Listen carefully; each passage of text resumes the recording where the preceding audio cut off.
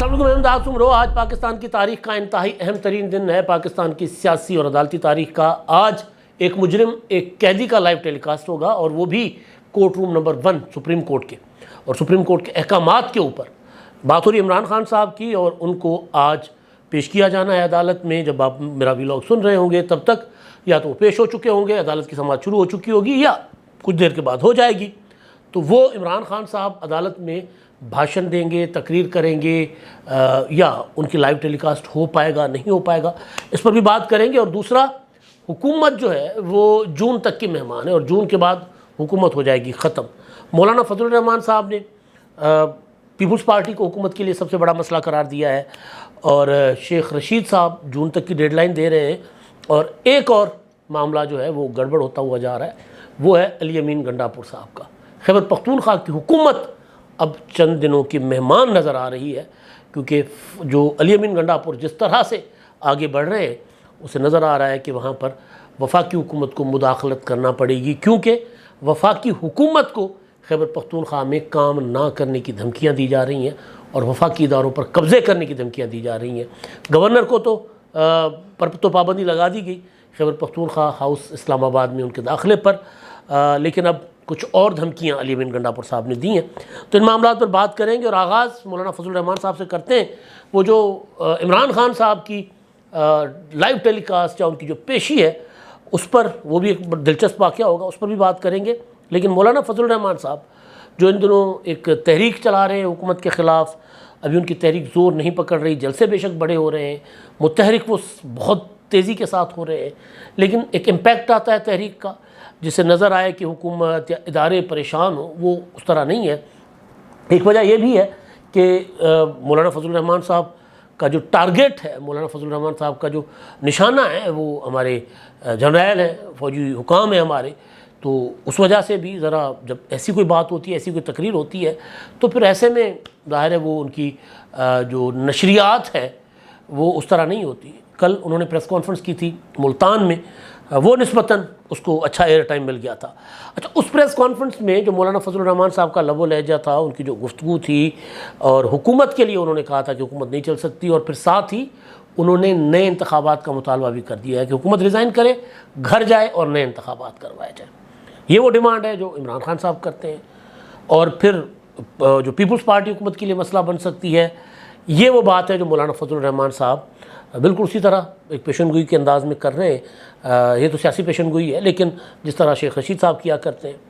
تو مولانا فضل الرحمان ان دنوں ظاہر ہے وہ اپنے جو دور کے اتحادی ہے نا، دور کے اتحادی، کیونکہ قریب کے اتحادی ہوتے ہیں، ایک دور کے اتحادی، یعنی اتحاد ہے بھی اور نہیں بھی ہے۔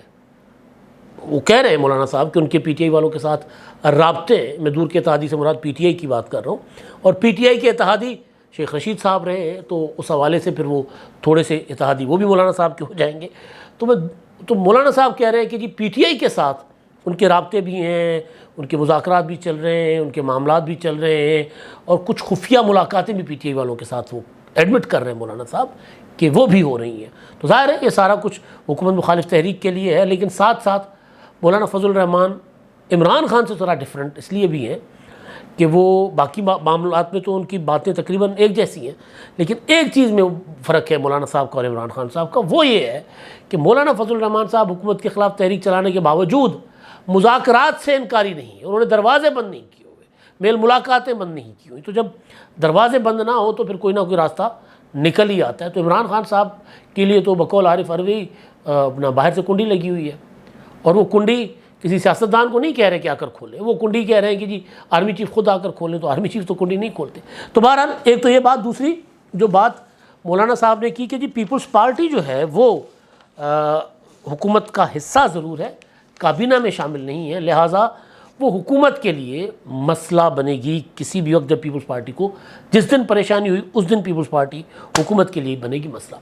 یہ مولانا صاحب نے بالکل ٹھیک بات کی ہے۔ پیپلز پارٹی حکومت کو ووٹ دے کر کابینہ میں اس لیے نہیں بیٹھی کہ پیپلز پارٹی اپنے منشور کے اوپر وہ جو ہے وہ چاہتی ہے کہ اس کے اوپر وہ قائم رہے، اور مسلم لیگ نون کا جو منشور ہے، یا جس طرح ابھی آپ نے دیکھا وزیر اعظم شہباز شریف صاحب نے اسٹریٹجک اداروں کے علاوہ دیگر تمام ادارے کو 28 ادارے ہیں وہ پرائیویٹائز کرنے کی ایک فہرست جاری کر دی، منظوری دے دی ہے، اب اس پر کام چل رہا ہے، اس میں اسٹیل مل ہے، اس میں PIA ہے، اس میں کچھ پاور ہاؤسز ہیں، بہت کچھ ہے ایسے ادارے۔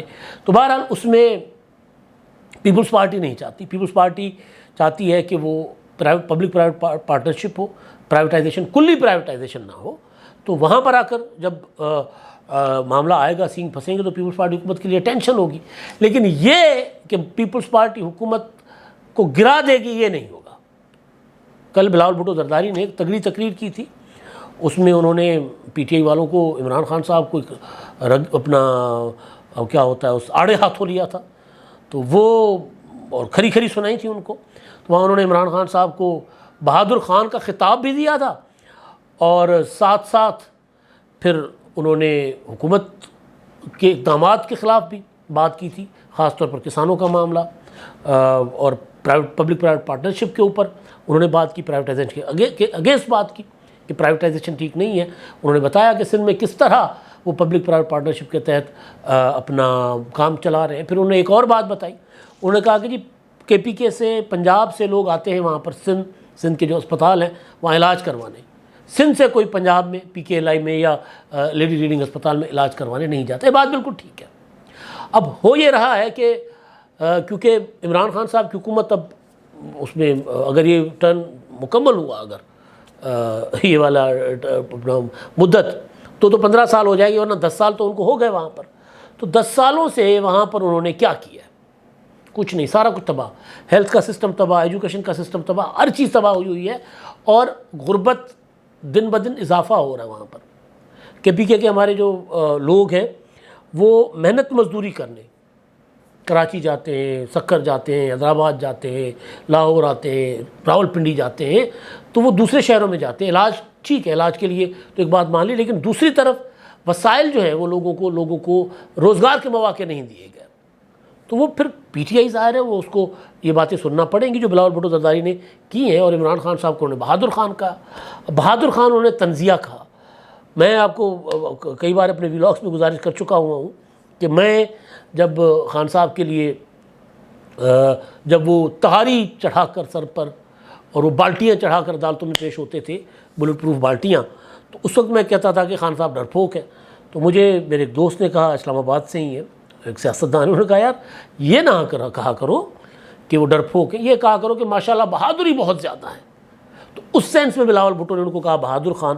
تو بہرحال تو بلاول بھٹو، پیپلز پارٹی حکومت کے لیے ٹینشن ہمیشہ رہے گی، پیپلز پارٹی کو پریشانی ہو نہ ہو، پیپلز پارٹی حکومت کو پریشانی دے رکھے گی، اس لیے پیپلز پارٹی جو ہے وہ کابینہ میں شامل نہیں ہوئی۔ تو بہرحال ایک تو یہ بات مولانا صاحب کی، اور دوسری مولانا صاحب نے ایک اور امپورٹنٹ بات کی ہے، وہ یہ ہے کہ جو اسٹیبلشمنٹ ملازم ہے نا، تو ملازم بھی ہو اور حکم بھی چلا، یہ نہیں چل سکتا۔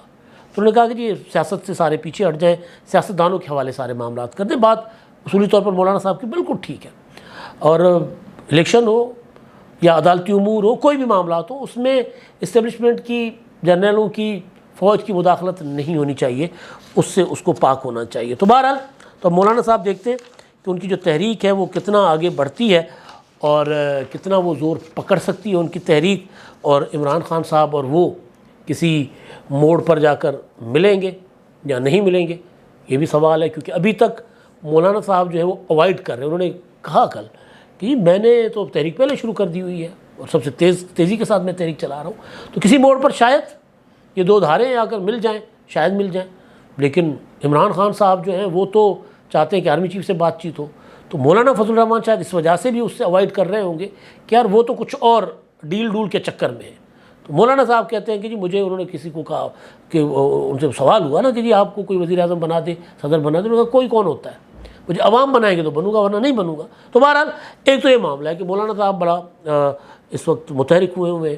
اچھا، دوسرا جو عمران خان صاحب، شیخ رشید صاحب اینڈ کمپنی، ان کو ایک شوق چڑھا ہوا ہے، یا ان کو ایک نیا انہوں نے لوگوں کو جھننا ہوتا ہے نا، وہ کیا ہوتا ہے، چھڑکنا کہتے ہیں اس کو، وہ انہوں نے لوگوں کے ہاتھ پکڑایا ہوا ہے کہ جی جون میں تبدیلی آ جائے گی۔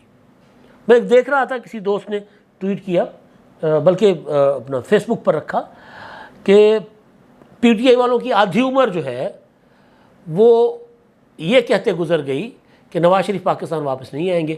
اب باقی عمر یہ کہتے ہوئے گزر جائے گی کہ عمران خان رہا ہوں گے.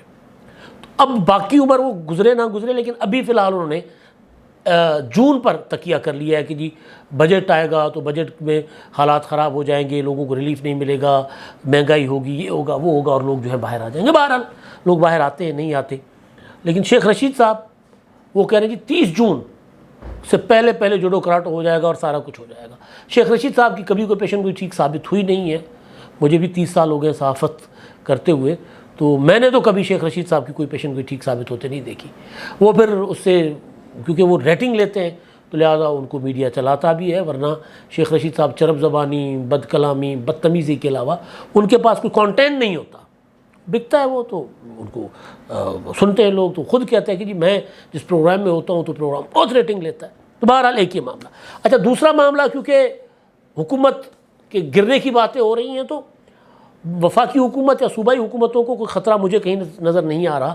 دیگر 3 صوبائی حکومتیں، بلوچستان میں تبدیلی اچانک آ جاتی ہے تو وہ کچھ نہیں کہہ سکتے، لیکن جو اصل خطرے میں ہے وہ خیبر پختونخوا کی حکومت ہے. وہاں پر علی امین گنڈاپور صاحب نے وفاق کو مفلوج کرنے کی کوشش کی ہے اپنے صوبے میں. انہوں نے پہلے گورنر پر پابندی لگا دی کہ وہ کے پی کے ہاؤس میں نہیں جا سکتے. گورنر وفاق کا نمائندہ ہے.